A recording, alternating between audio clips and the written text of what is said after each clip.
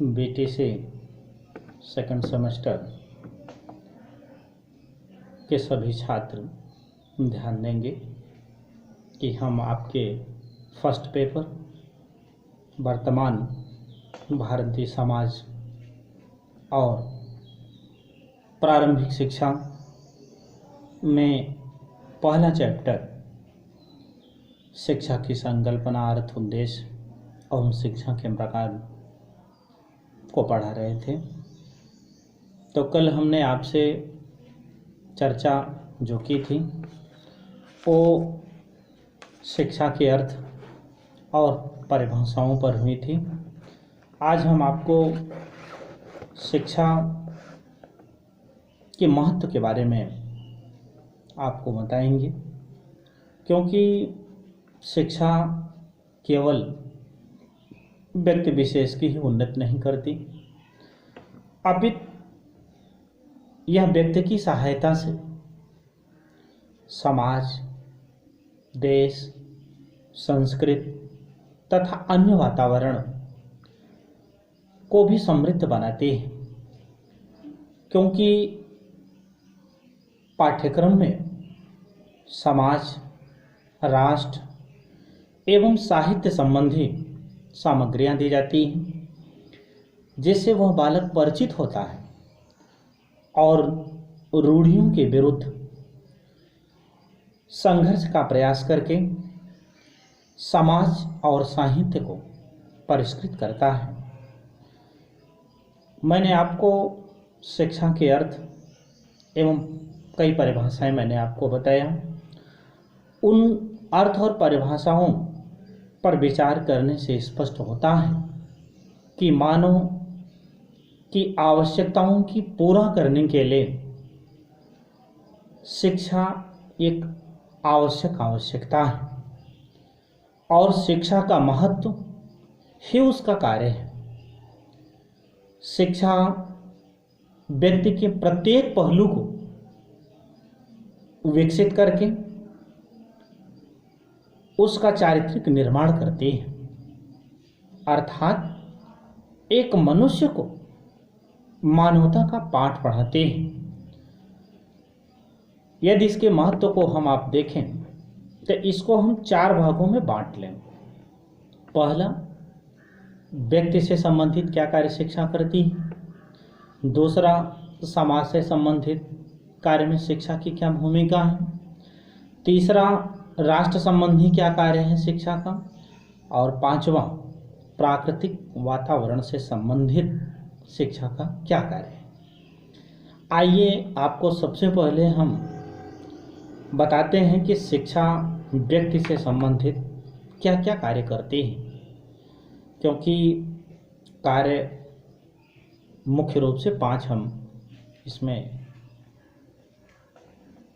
Marking किए हुए हैं। पहला है आंतरिक शक्तियों का विकास, दूसरा है व्यक्तित्व का उचित विकास, तीसरा है भावी जीवन है तैयारी, चौथा है नैतिक उत्थान और 5वां है मानवीय गुणों का विकास। अब पहली चीज है आंतरिक शक्तियों का विकास। शिक्षा मनुष्य की अंतर्निहित शक्तियों का समुचित विकास करती है, जिससे वह कल्पना, तर्क अथवा जिज्ञासा द्वारा नवीन योगदान दे सके और उसकी जो आंतरिक शक्ति है वह उसका पूर्ण लाभ उठा सके और वह जीवन के उन अपने अभूतपूर्व शक्तियों का प्रयोग करे जिनको उसने सीखा है। जैसे व्यक्तित्व का उचित विकास, शिक्षा द्वारा व्यक्तित्व का सर्वांगीण विकास होता है, जैसे शारीरिक विकास, मानसिक विकास, धार्मिक विकास, नैतिक विकास, आध्यात्मिक विकास तथा संवेगात्मक विकास। उस बालक के व्यक्तित्व का एक उचित विकास प्राप्त करने का जो अवसर है वो शिक्षा देती है। भावी जीवन के लिए यानी शिक्षा व्यक्ति का सर्वांगीण विकास करके उसे प्रत्येक क्षेत्र के लिए सक्षम बनाती है, जिसमें चाहे व्यक्तिगत रूप में, चाहे सामाजिक रूप में, चाहे राजनीतिक रूप में, चाहे पारिवारिक जीवन सुखमय एवं आनंदमय व्यतीत होना ही क्यों ना हो, ये सब शिक्षा उसको पाठ पढ़ाती है। नैतिक उत्थान, शिक्षित व्यक्ति अच्छे और बुरे कर्मों से बहुत आसानी से दोनों में अंतर स्पष्ट कर लेता है। वह गलत प्रवृत्तियों से बचने का प्रयास करता है और दूसरे को ऊंचा उठाने का भी प्रयास करता है। पांचवा है मानवीय गुणों का विकास करना। शिक्षा के द्वारा व्यक्ति में मानवीय गुण कौन कौन से होते हैं? सद्भावना, प्रेम, सहकारिता, दया, चरित्र, शील, ये सारी चीज एक मानवीय गुण मानते हैं। और इन मानवीय गुणों का बाधक कौन होता है? ईर्ष्या, द्वेष, घृणा, क्रोध, लालच। ये क्या है कि जब ये चीज़ें आ जाती हैं किसी व्यक्ति विशेष में, तो उसका जो मानवीय गुण होता है उसका ह्रास होता है। तो शिक्षा क्या करती है कि घृणा, द्वेष, ईर्ष्या, लालच आदि से उसको छुटकारा दिलाती है, यानी बताती हैं कि यह जीवन में आपके किसी काम का नहीं है। ये चीज़ें रहा व्यक्ति से संबंधित कार्य। दूसरा है समाज से संबंधित कार्य। समाज से संबंधित कार्यों में जैसे सामाजिक नियमों का ज्ञान, प्राचीन साहित्य का ज्ञान, कुरीतियों के निवारण में सहायक। अब सामाजिक नियमों का ज्ञान, मैं नीचे सोशल एनिमल अरस्तु ने कहा है, यानी मनुष्य एक सामाजिक प्राणी है। समाज के बिना वह एक भी पल नहीं रह सकता। मानव के लिए आवश्यकता है कि समाज में जो रह रहा है उसके नियमों की उसकी बड़ी भली भांति जानकारी होनी चाहिए, जिससे वह समाज में उसे एक सम्मानित स्थान प्राप्त हो, और यह स्थान उसे शिक्षा के द्वारा ही प्राप्त होता है।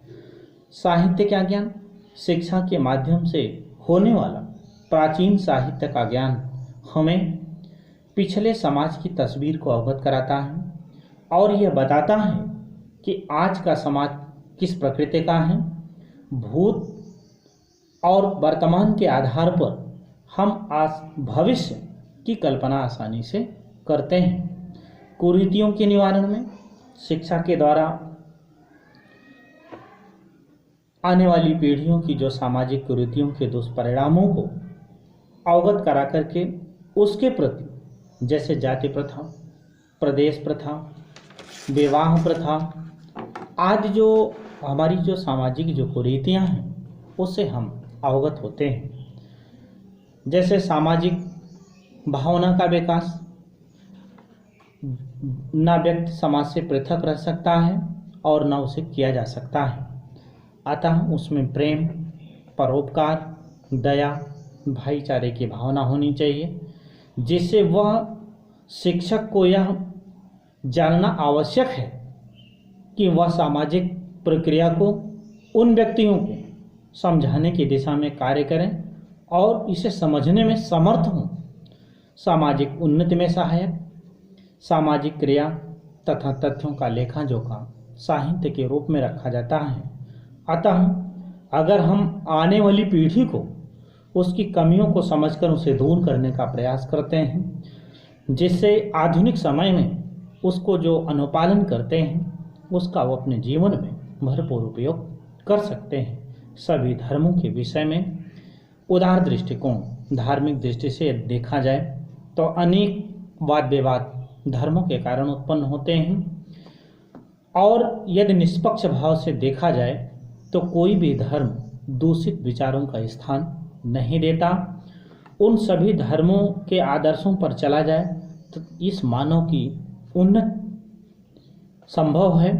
शिक्षा का तुलनात्मक अध्ययन करके हम इस समस्या का भी समाधान कर सकते हैं, क्योंकि सारे धर्म आपस में जोड़ने का कार्य करते हैं, तोड़ने का कार्य नहीं कर सकते। अगला आता है राष्ट्र संबंधी कार्य। शिक्षा के जो राष्ट्र संबंधी कार्य हैं जैसे भावात्मक एकता, कुशल नागरिक, राष्ट्रीय विकास, राष्ट्रीय एकता, सार्वजनिक हित, राष्ट्रीय आय, अधिकार एवं कर्तव्यों का ज्ञान। एकात्मक जो यानी भावात्मक यानी इमोशनल जो भाव है, जैसे धर्म, जाति, राज्य, भाषा, रीत रिवाज, पहनावे को देखते हुए भारत में अनेक विभिन्नताएं पाई जाती हैं। हम अपने धर्म को अच्छा समझते हैं, दूसरे को धर्म को बुरा समझते हैं। यही कारण है कि आए दिन विवाद की स्थिति होती है। और इसका निवारण क्या है? शिक्षा, जो समस्त धर्मों के मूल सिद्धांतों को हम समझने की कोशिश करें तो ऑटोमेटिक जो विवाद है वो समाप्त हो जाएगा। कुशल नागरिक शिक्षा द्वारा इस राष्ट्र के लिए एक अच्छे नागरिक का निर्माण की आधारशिला होती है।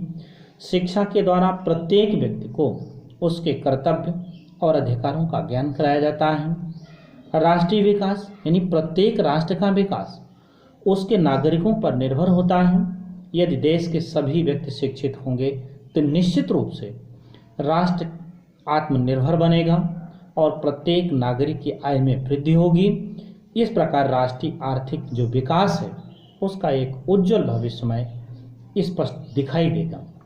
राष्ट्रीय एकता, जातिवाद, राज्य, क्षेत्र, भाषा को लेकर अनेक विवाद होते हैं। भारतवासी कहने वाले अपने को पंजाबी, बंगाली, गुजराती कहते हैं। क्यों? क्योंकि वो अपनी अपनी भाषा को ही प्रमुख मानते हैं। ऐसा क्यों? शिक्षा द्वारा ये भावनाएं दूर करनी चाहिए कि हम एक देश के निवासी हैं, यानी हम भारत के निवासी हैं। इस तरह की भाषाओं में हमें आपस में विवाद नहीं करना चाहिए। सार्वजनिक हित, आजकल मानव बहुत अत्यधिक स्वार्थी हो गया है। शिक्षा ही समझा सकती है कि सभी का हित होगा तो उसमें आपका भी हित होगा। केवल स्वयं के भले से दूसरे का भला नहीं होगा, बल्कि सबके हित को ध्यान में रख करके जब कोई कार्य किया जाए तो उसमें अपना भी हित सन्निहित होता है।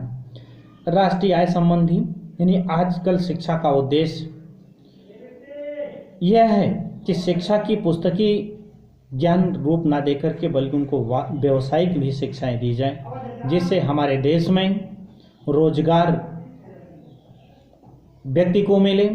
तो इससे देश का बोझ हल्का के साथ साथ हमारे देश की जो राष्ट्रीय आय है उसकी वृद्धि होगी। अधिकार और कर्तव्य में शिक्षा के द्वारा देश के प्रत्येक नागरिक को उसके अधिकार एवं कर्तव्य का ज्ञान करा करके देश के प्रति, उसके कर्तव्यों के प्रति हम क्रियाशील बना सकते हैं। उसमें राष्ट्रीयता की भावना और एकता का विकास देश हित में हम उसका प्रयोग कर सकते हैं। चौथा है वातावरण से संबंधित कार्य। इसमें दो चीज़ें हैं, एक वातावरण समायोजन और दूसरा है वातावरण परिवर्तन। वातावरण समायोजन का मतलब यह है कि मानव एक विवेकशील प्राणी है। वह वातावरण की विषमताओं को सहन करते हुए उससे बचने के उपाय ढूंढता है और उसको अपने अनुकूलन बनाने का प्रयास करता है। और शिक्षा उनकी हर संभव मदद करती है और उसी की सहायता से वह अपनी हर व्यवस्था में वह समायोजित हो जाता है। क्योंकि वातावरण शिक्षक है और शिक्षा का कार्य छात्र को उस वातावरण के अनुकूल बनाना है जिससे वह जीवित रह सके और अपनी मूल प्रवृत्तियों को संतुष्ट करने के लिए अधिक से अधिक संभव अवसर प्राप्त कर सके। और लास्ट में है वातावरण परिवर्तन। जब व्यक्ति वातावरण में समायोजन करने में असफल रहता है तो वह वातावरण में ही सुधार करने का प्रयास करता है, जिससे शिक्षा इसमें अत्यधिक महत्वपूर्ण कार्य करती है। यह सरल हल निकालती है और व्यक्ति वातावरण पर अधिकार प्राप्त करने का एक प्रयत्न करता है। डीवी ने लिखा है, वातावरण से पूर्ण अनुकूलन करने का अर्थ है मृत्यु। आवश्यकता इस बात की है कि वातावरण पर नियंत्रण रखा जाए, ना कि वातावरण को हम खुद नियंत्रित करने की कोशिश करें। ये जो मैंने आपको बताया यह शिक्षा के महत्व बताया।